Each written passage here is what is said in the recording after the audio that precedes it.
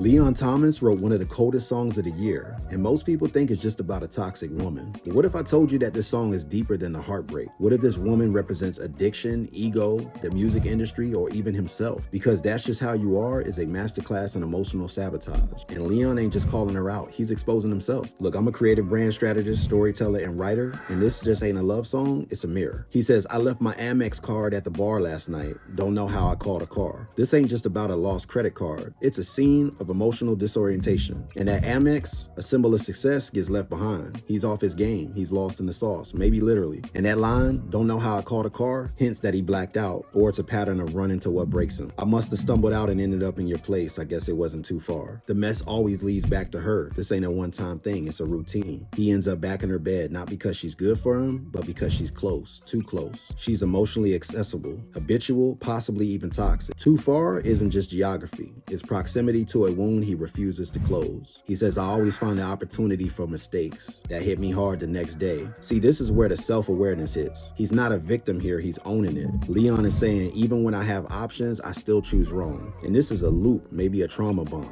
Passion at night, regret in the morning. You ever love something that's clearly not built for you, but you chase it anyways? You love something that don't love you back? That's this line.